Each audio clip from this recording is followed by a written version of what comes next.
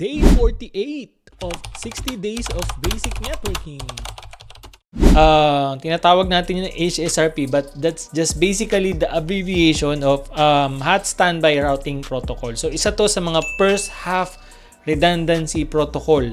Okay? FHRP or first half redundancy protocol na ginagamit natin in the network infrastructure. Sikat na sikat siya because of course sa isang mature or sa isang enterprise or sa isang organizations, lalo na sa mga critical organizations like banks, BPOs, and other critical organizations or enterprise, it's always a must, or we what do you call this? Kailangan natin lagi ng redundancy or backup path. That's why yung mga first half redundancy protocol kagaya ng HSRP is sikat na sikat. Okay? So, HSRP is a Cisco proprietary protocol, meaning it is intended to work for Cisco devices. Okay? So, hindi siya gagana sa HP, hindi siya gagana sa ibang devices because it is Cisco proprietary, kagaya ng ibang mga protocol na pinag-usapan natin, like for example, EIGRP, although inopen na siya for public, kaya lang limited pa rin yung functionality, and other Cisco proprietary protocol. Ginawa nila for their Cisco or for their own devices. We're good? Now, alisin ko pala, liitan ko yung mukha ko para makita mo yung buong screen. Ayun. Okay, so now, let's continue. Okay, so ang HSRP is using a technology or a terminology which is what we called active standby. Okay, so meron tayong tinatawag na active and then meron din tayong tinatawag na standby. So ano yung pagkakaiba ng dalawa? Let me provide you a simple illustration. So as you can see on your screen right now, we have an active router or a multi-layer switch and then a standby multi-layer switch, and they have their own separate IP addresses. Okay, so si active natin here uses 192.168.1.1 and then si standby natin is using 192.168.1.2. But in HSRP, the way they works is they are grouped together as virtually one. Okay, so basically this one is working as one kasi sa HSRP they are being grouped. Okay? So malinaw ba yung sulat ko? Okay. So in HSRP, we have a virtual group na tinatawag or HSRP group na ginagawa natin wherein we group those routers, physical routers or virtual routers if you may, kung saan ginagroup natin sila and they are using a virtual IP address. So, ibig sabihin, yung active natin, yung standby natin, although they are separate or two devices or three if you may, or pwedeng multiple devices, and they have their own IP addresses, they are using a single virtual IP address. So, paano ko ba siya isasulat? Virtual IP address. So, virtual IP. Okay, so ibig sabihin yung group nila is using a virtual IP. Let's take for example, yun na nga yun, HSRP group. So ina yan, gin-group natin. Let's say for example, this is group 1. Okay? Group 1, for example, HSRP group 1. And then, sabi ko nga, they are using a virtual IP address. So for this one, for example, yung HSRP group 1 natin is inassign natin ng 192.168.1.10. Okay? So, take note again ha, dun sa loob ng group 1 na yon, we have two routers. Yung 192.168.1.1 which is acting as the active router, and then yung standby router natin ng 192.168.1.2. Pero, the way it works is yung mga nasa baba nating network devices or other devices or yung part ng local area network natin, for example, they are only communicating with the virtual IP address. Make sense? So, you're seeing this kung saan ito papunta. Ibig sabihin, yung mga local area network natin or yung other devices down the HSRP group are only seeing the device as one.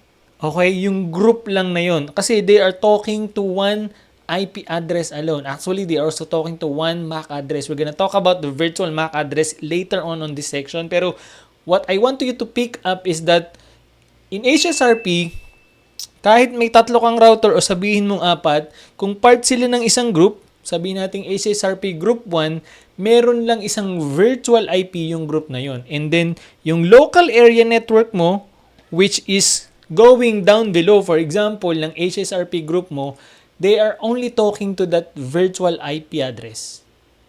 Malinaw? Make sense na? Okay, so ibig sabihin, even if you have 3 or at least 2 or 3 or 4 active, devices in that HSRP group, isa lang yung IP addresses nila. And then, the way it works is, we have a active router that is actively forwarding the traffic. Okay, for example, as you can see on your screen right now, we have an active router. Okay, so ibig sabihin, itong mga LAN natin, ito yung local area network natin, for example, they are talking to this IP address. Okay, so 192.168.1.10.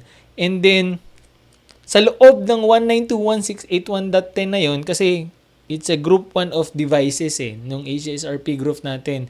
Meron tayong several, or sabihin natin dalawa, or multiple group of devices, pero ang nagpo-forward lang talaga ng traffic is yung active device or active router natin, or in this case, multi-layer switch, which is 192.168.1.1. Itong mga devices natin dito sa ilalim or sa baba ng local area network natin, hindi na nila alam yon na marami palang devices dun sa loob ng HSRP group na yun. Basta ang alam nila, for example, if I want to go out with this network, I need to forward this traffic to my local gateway, which is 192.168.1.10. Okay, and then dun sa loob ng 192.168.1.10 na yun, dun na nangyayari yung HSRP protocol natin. Kung saan, meron talaga tayong designated na isang device na nagfo-forward ng traffic. Yun yung active router natin na tinatawag or active device. Okay? Malinaw, just in case, for example, mag-down yung active natin, for example, nawala ng kuryente. Anyway, for example, namatay yung device na yun, nagloko. For example, nag-pluff yung interface.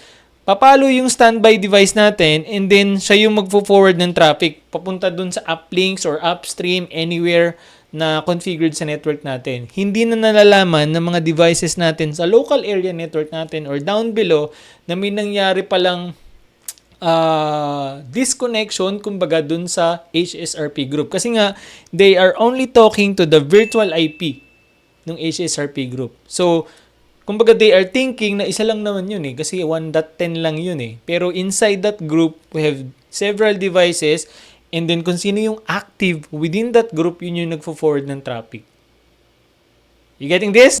By the way, konting patalastas lang, we are running a Holy Week promotion right now, and all of our premium courses here at Tech Academy are on 50% off. Yes, 50% off. So when you go to techacademy.ph and when you click on the browse our courses, makikita mo doon yung aming mga premium courses which are priced $200 in regular enrollment fee. Right now, they are on 50%.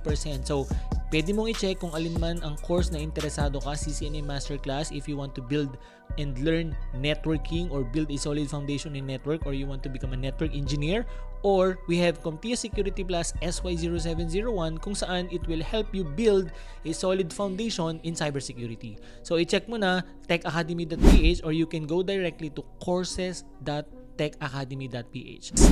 Good. Okay? So paano natin ma-distinguish, paano natin malalaman kung sino yung active at saka kung sino yung standby within our HSRP group? Kasi nga sabi natin, we can have at least 2, 3, or multiple devices within our HSRP group. Diba? Ngayon, paano natin malalaman sino yung active na nagfo-forward ng traffic na yun? Good question. Ang sagot dyan is, basically, we do that with, saan yun? What we call priority.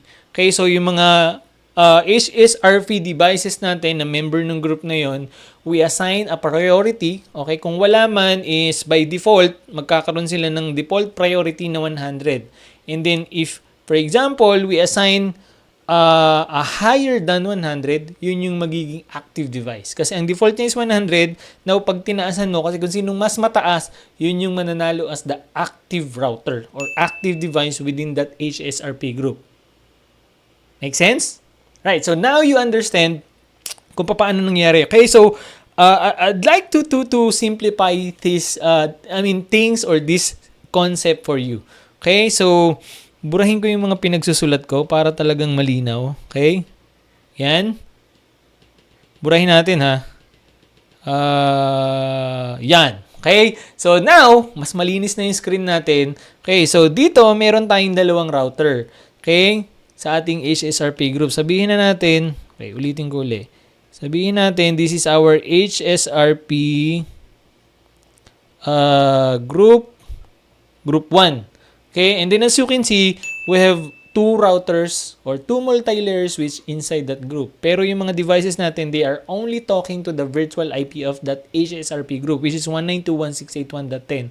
Now, sabi natin, yung active router doon sa HSRP group, yun yung nagfo-forward ng traffic. Ibig sabihin, since si 1.1 yung active natin, siya talaga yung nagfo-forward ng traffic. For example, papunta dun sa upstream or dun sa uplink o kung saan man dun sa network natin. Basta lahat ng traffic sa kanya pumapasok talaga and then siya yung nagpo-forward. Pero itong mga to, wala na silang alam dun. Basta pino-forward lang nila sa 192.168.1.10. We're clear with this. Now, kaya naging active si 192.168.1.1 is that mas mataas ang kanyang priority kaysa dito. Ibig sabihin, pagpalagay na natin na ang priority niya is 120. And then ipagpalagay natin ang priority nito is it's using the default. Okay, so ibig sabihin 100. That's why si 192.168.1.1 was chosen or was kumbaga designated as the active router in that HSRP group kasi mas mataas yung priority niya. Right? So how do we do that? Mamaya mas makikita mo pa in the configuration, pero we go in the interface of that device, we set up the HSRP, and then we configure the priority na mas mataas sa default. So, mas mataas, ikaw yung mas mananalo na active router or active device within your HSRP group. Take note na we can have multiple HSRP group within our network. Pwede silang mag-overlap. For example, yung router na yon pwedeng maging part ng dalawang HSRP group na magkahiwalay. Ngayon, kung sino yung may mataas na priority within that group, within a specific group, siya yung magiging active for that group lang. Make sense? Right? So, for now, I'm sure na medyo nako-confuse ka pa. Pero, basically, ang pinaka-concept lang talaga ng HSRP is we group the router or we group the multi-layer switch or we group the device para mas madali. And then, sa loob ng group na yon meron tayong multiple devices. Okay? And then, yung group na yon merong specific virtual IP address like this one. Dun na nakikipag-usap yung mga devices natin. So, as you can see here, I'm using black right now. So, dyan lang nakikipag-usap yung mga devices natin down below. Hindi nila alam na marami palang member ng HSRP group. And then, ang nagfo-forward lang ng traffic is yung our active device, which has the highest priority on those devices na member ng group na yon.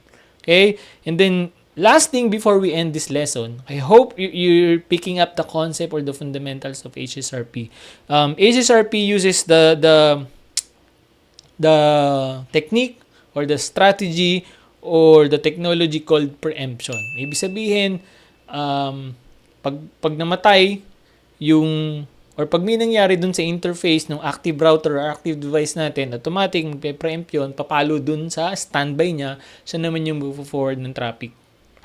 Okay, so later on this module or on this section, we're gonna do some configuration or example ng HSRP para makita mo siya in action.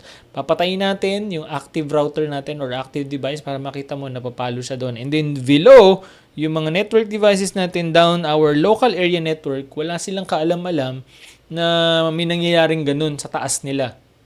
You get my point, di ba? So parang think of it like sa isang eroplano, di ba? So yung mga pasahero ng isang eroplano natin, they're not seeing the pilot, di ba? So hindi nila alam, nagpapalitan na pala yung mga pilot because yung main pilot or yung pinaka-captain pilot natin had to make some rest while we are on the auto mode na. Kasi malayo yung biyahe ng eroplano and then straight line lang naman, so naka-auto mode siya, nagpalit. Pero the passengers of the airplane doesn't even know na may ganun palang nangyayari. So it's almost the same thing with HSRP. Yung example na yun comes directly out of the blue.